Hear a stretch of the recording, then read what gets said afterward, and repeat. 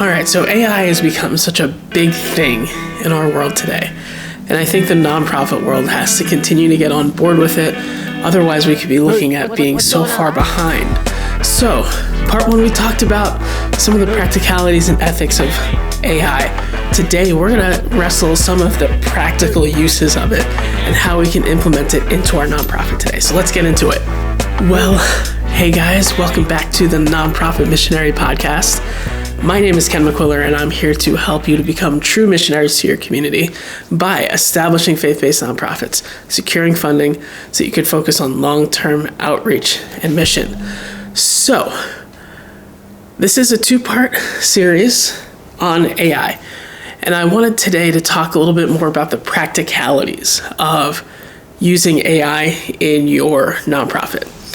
Before we get into it, I want to give a couple of cautions based on some things that I've read and seen recently. And then I want to look at 3 different areas that you can use AI in your nonprofit, as well as looking at some of the tools that I've kind of messed around with. Obviously, I'm not the end-all be-all, but I hope at least you can kind of see and get a little bit gauge on what that looks like. So let's start out with a couple cautions. First, I've seen this now a few different times from people, is this idea that there's a study out there, I believe done by MIT, that AI decreases your cognitive functions. And I just wanted to kind of address that a little bit because I feel like not having full context can kind of skew what's being talked about a little bit. So, I actually took the time to find the actual scientific study and read their abstract and their conclusions.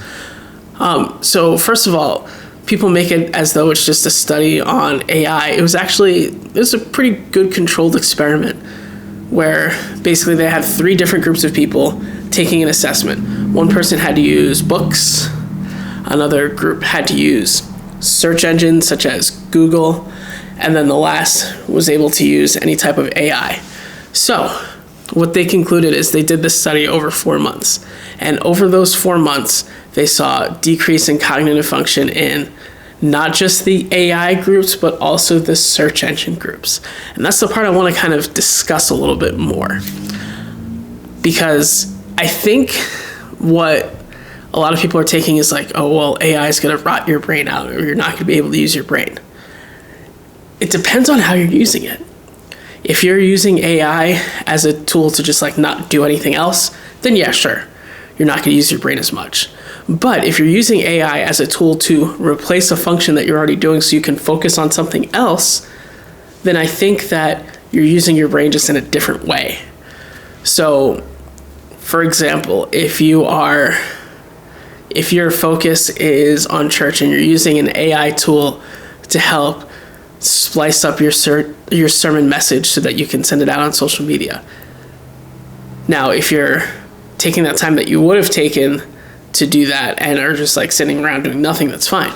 But what if you're using that time to meet with people, to use that time for more sermon prep, whatever you might be doing, instead of just eliminating the time, you're replacing it, I think you're just using your brain in a different way.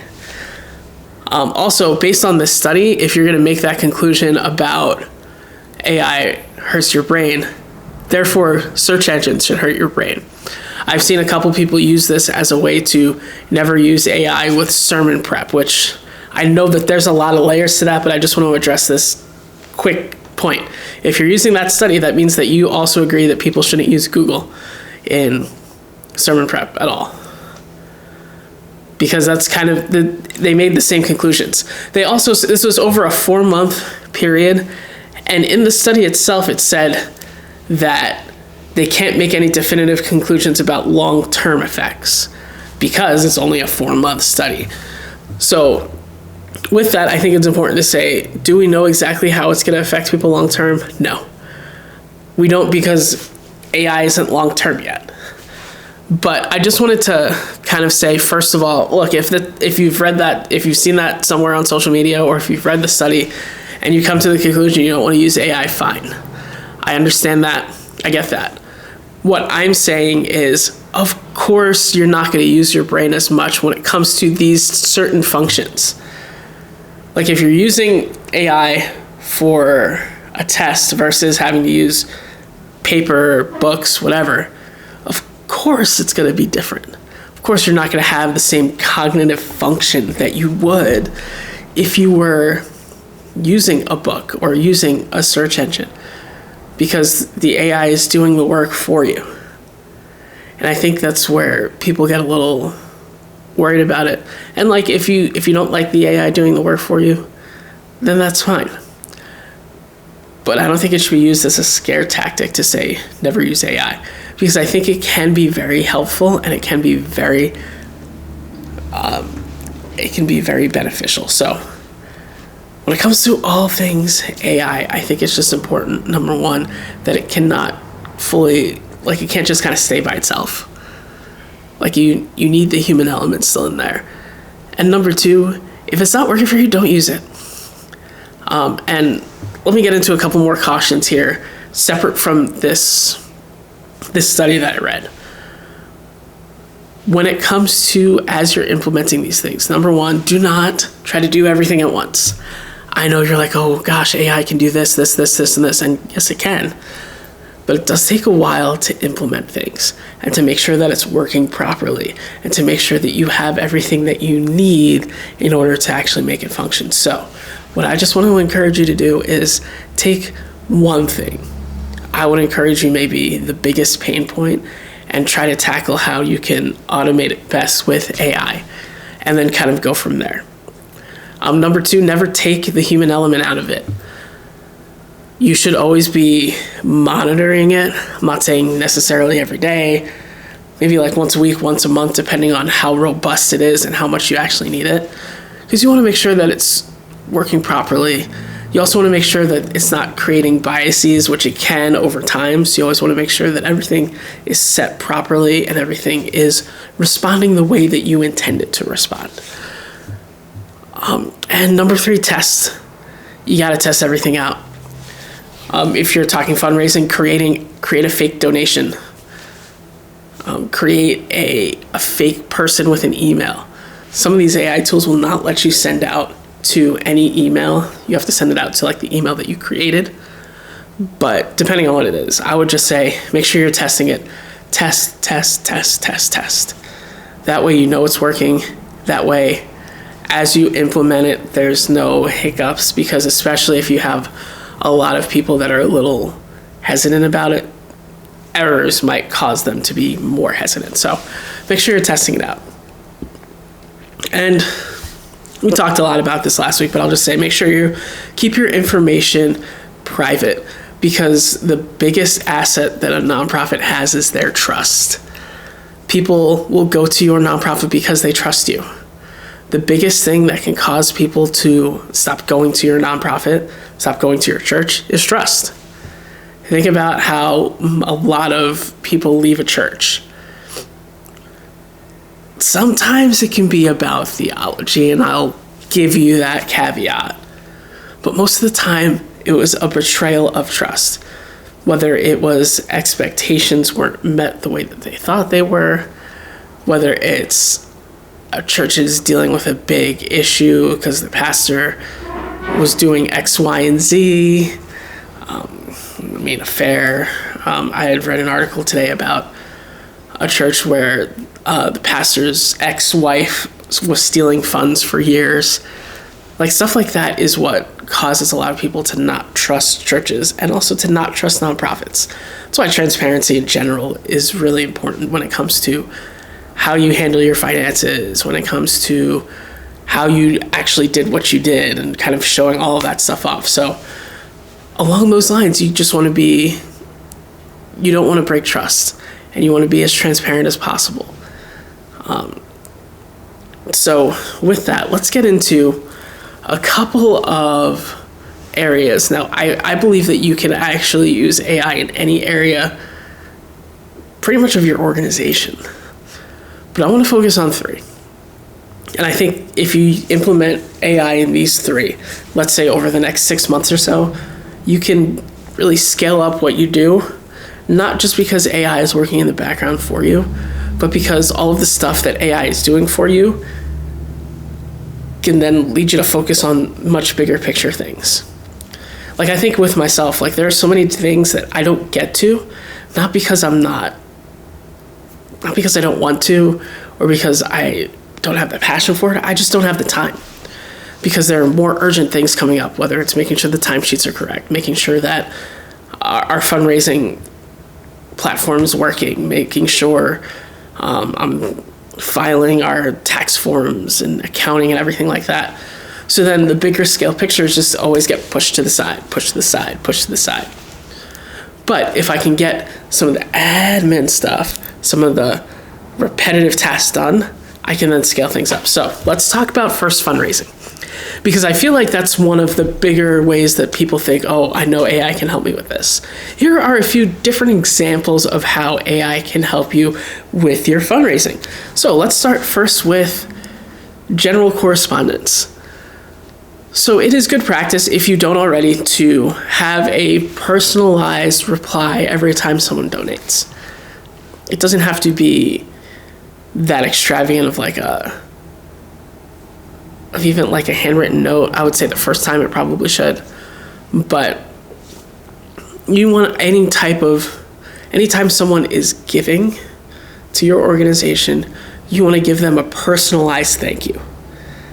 AI can help you create that in a lot less time than it would take you. Whether it's sending out an email or whatever. Usually email is probably the easiest to automate, but it can help you to take that next step. So then, instead of spending all day replying back to emails, AI is doing it for you. So then you could focus on actually building those relationships, setting up meetings and things like that. So AI can help you when it comes to replying to thank yous very easily, very automated.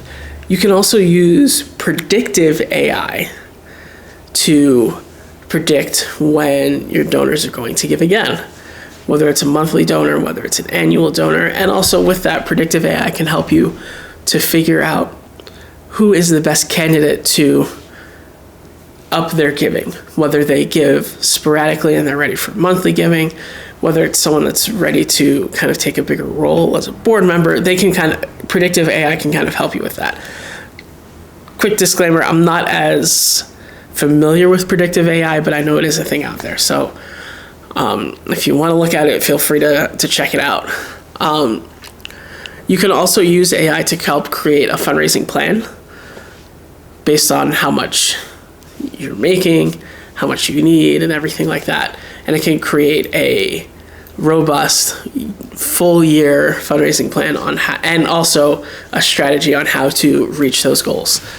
So something that may take a couple days to develop, you can have within a few minutes, and then bring it to your board, bring it to your leadership to see if it's something that they think is reasonable. You can also use AI to personalize outreach. So I mentioned it's a good idea to probably at least respond to someone every time they give, but you can actually use AI to personalize it. So if someone is more passionate about a specific area of your ministry, of your organization, you can actually have AI send them a note that goes along with that. Let's say you're a faith-based nonprofit and some of your people are strong believers and that's why they give to your organization. You can tell AI, these are some of the keywords, develop a thank you based on that. But then you have some people that are more passionate about your cause and they aren't necessarily Christian, or their walk with Christ isn't really affecting their giving. It's more whatever that cause might be. You can tailor it towards that. Or if you have multiple programs, you can, and people are more passionate about this program as opposed to that program, you can have AI create something for you. So using AI tools like that can help personalize fundraising so that people feel like they're more part of the cause, and therefore they will give more frequently. And you're like, well, it doesn't really sound personal. How do you get all of that stuff? Well, that's how knowing your donors and knowing what, why, and where they're giving to is so important, because then you can create profiles based on their giving patterns and everything like that. So that's not something that AI will just automatically know. It's something that AI can learn based on the information that you know about your donors. So that's a big part of fundraising. Obviously, another big part of fundraising is grants. And when you have a successful grant, when you have a well-created grant, shameless plug, I can help you create a well-crafted grant application, nonprofitmissionary@gmail.com. But once you have that, it can become a immensely useful tool to where you can upload it to AI software that when you are creating another grant application, it will take that information and duplicate it to craft towards whatever foundation or government entity you're trying to get more funding from. So it can help save you a lot of time when it comes to developing a strong grant application. So that's not saying that you'll just kind of throw grants away, but instead of taking all the time to formulate all of these responses and questions, you can then take most of your time that you would have dedicated to upping the quality of the grant. So then when you apply, you have a much higher chance of getting the funding. So that is fundraising. Fundraising can be, I know, a very critical part of what people do. And I know for or for foundations, and I know for nonprofits, it can be a huge help to have kind of like, it's like you're hiring a development staff person to kind of help you. So fundraising, area 1. Area 2 is administration. There's so many different administrative tasks, and not even just in the nonprofit world, I think in general. And AI can help you to automate some of those tasks. Let's start with a big one for a lot of people, and that's email. I was in Kansas City with my dad. We took a couple days to see the Negro League Museum and spend some time together. It was a great time. Obviously, while I'm there, I'm not checking my email or going through my email. I have several different email accounts, whether it's for church, whether it's for after school program, whether it's for the coffee shop, whether it's for my freelance business. I have so many different emails in my inbox overall, and just like a personal email as well. Overall, I have like 700 emails, and most of them, like 97% of them, are just, okay, delete. So how can you automate that? You can create AI automations that will filter your email. Once you give it the proper information, it will send you the emails that are critical, important, things that you actually have to look at. And then you can have some that you just kind of, I maybe need to review it or whatever. And then you have some that you can just like, hey, ignore this, delete it, whatever. And once you have that, you can use AI to help create ready responses. So all you have to do is approve it. You can have some that once a day, you can have it send you a Reader's Digest version of these specific emails that you may need to review. It can save you a lot of time. So then you're not combing through your emails. You're just looking at something very briefly, and then it's in and out. Bada bing, bada boom. Scheduling stuff. This isn't really an AI tool, but Calendly works really well with that. But you can use AI to kind of help scale that up, so then you're sending reminders and everything like that. But just a lot of whatever the administrative tasks that you have, especially ones that are on a computer. So if you're talking about creating records for whatever you might have, whether it's you have to create records for clients, for your donors, or anything like that, you can use AI tools to help create those faster and to create a more interactive type of system. So then when something's going awry or when you need to reach out to someone, AI can help give you the red flag to do it, as opposed to like combing through and making sure that everything's good. It can help you miss less things, if that makes sense. Or if you just need a place to kind of organize your things, like I have a tool that has helped me just like organize my life, because I have so many different areas of ministry and work and personal lives that like, I don't want to miss anything. And so I have an AI automated tool that can kind of help me organize those things. So then when I'm like, oh, I can remember to do that, I can put in a thing and it'll help give me that reminder. So really, and with all of these things, I would say, whether with fundraising, whether with administrative, or I'm going to talk about programming in a second, what I want to encourage you to do is take the number one pain point.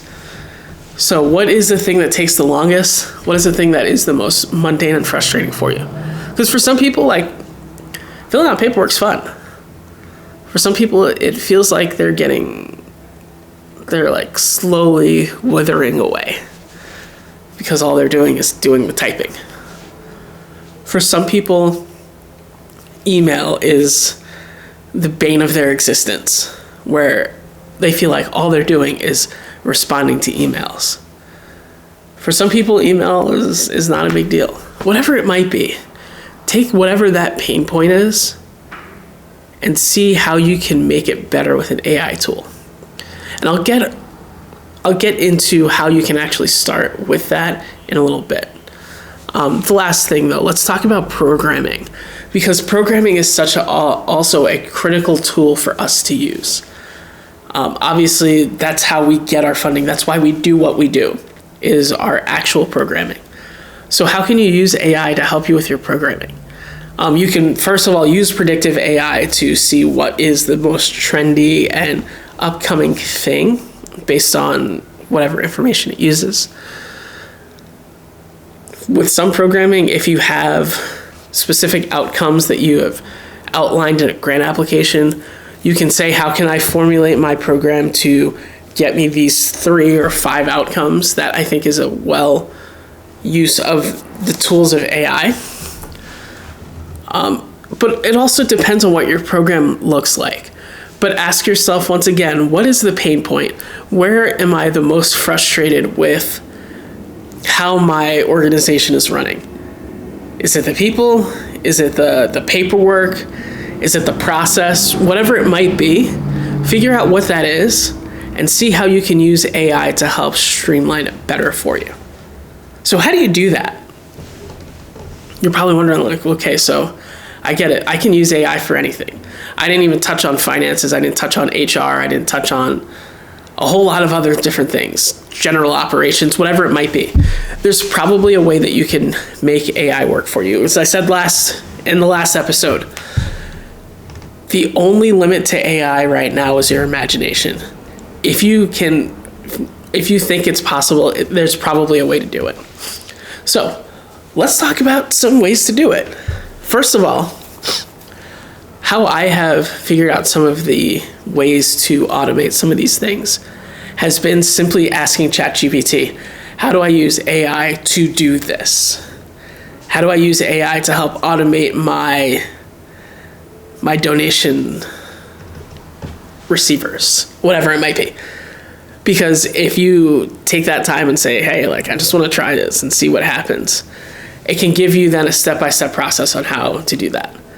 That has kind of been one of my baselines in just trying to figure out how to do it, is just asking ChatGPT and see what happens. Have I always done exactly what it says? No. But I think it's a good baseline on simply learning what it takes and what are the step-by-step things that you can do. So that has been one of my number one tools. If you want to use another generative AI, go for it. But I think it's a good baseline where you could say, this is what it looks like. So that is just like start there. And also you can tell chat, once again with any type of AI, the goal is to be as specific as possible. That way it has enough data to give you what you're looking for. Because if I'm just saying, hey, give me an offer letter, it's going to make up a lot of stuff. But if I'm saying, give me an offer letter for this position at such and such an hour, and this is our address and everything like that, then it'll have something more to go off of. So ChatGPT is one.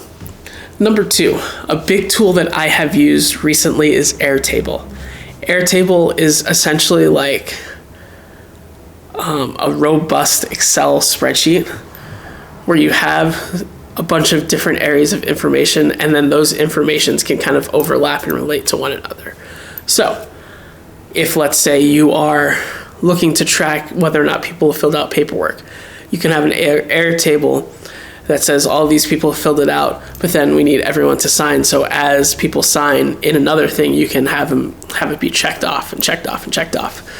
So that is a way that you can kind of help relate different sets of data with one another. It's been a little bit of a learning curve to try to learn how to do it, but now that I know how to do it, it has become very helpful in just like developing some of the things and having different areas kind of relate to one another. So Airtable, check it out. Also, like, there are tutorials out there on YouTube if you want to really take a deep dive into it. So Airtable, number two. The last one I'll talk about very briefly is Zapier. Zapier is kind of one of the back-end AI tools that kind of help connect a whole bunch of different unrelated things. So let's say you want to, every time someone gives, you want to send them an email. You can use Zapier to do that. So it connects whatever your donor management software is with your Gmail account or Outlook or whatever. So then it just needs a trigger, whether that trigger is a new record, new donation, whatever. And once that is made, then it will automatically send an email based on whatever you have. So I would highly recommend taking a look at it. And if it works for you, great. If not, try something else. And with that, if you're looking, let's say you are looking with Airtable and Zapier, you can say, ChatGPT, I want to create an automation to create a newsletter using the information from this. And it will create a Zapier workflow to make that happen. Now, my one caveat is Airtable and Zapier do have a free version. In order to use all the features, there's a paid version. I don't know how much it is. I use it for free. Zapier, you can do like 2 steps as opposed to like a long thing, but you can work around a lot of those things. And you can also ask ChatGPT to work around it and say, like, I don't want to use a paid version. I want to use a free version workflow. So I think that's just kind of a general overlook and a big picture of what AI could do for you. Are there a lot more things? Absolutely. I didn't get into predictive AI because I don't really know a lot about it, but that is a thing. So with that said, take a look, experiment, test, see what it can do for you. So before we close, I wanted to get into a confessions of a missionary here. And I don't remember if it was the last episode or the previous one. I want to talk about a phrase that continues to rattle in my head. And that is that true relationships are built outside of traditional programming. I feel like, I don't know, I wouldn't say that it's been like a lie told to me, but I feel like we kind of believe that when it comes to relationship building, whether you're talking in the church context, whether you're talking in the nonprofit world, that a lot of the relationships are built in those times when you have actual programming. So if you're talking church, relationships are built on Sunday morning. Or if you're doing programming 2 days a week, that's when you can build the relationships with your people.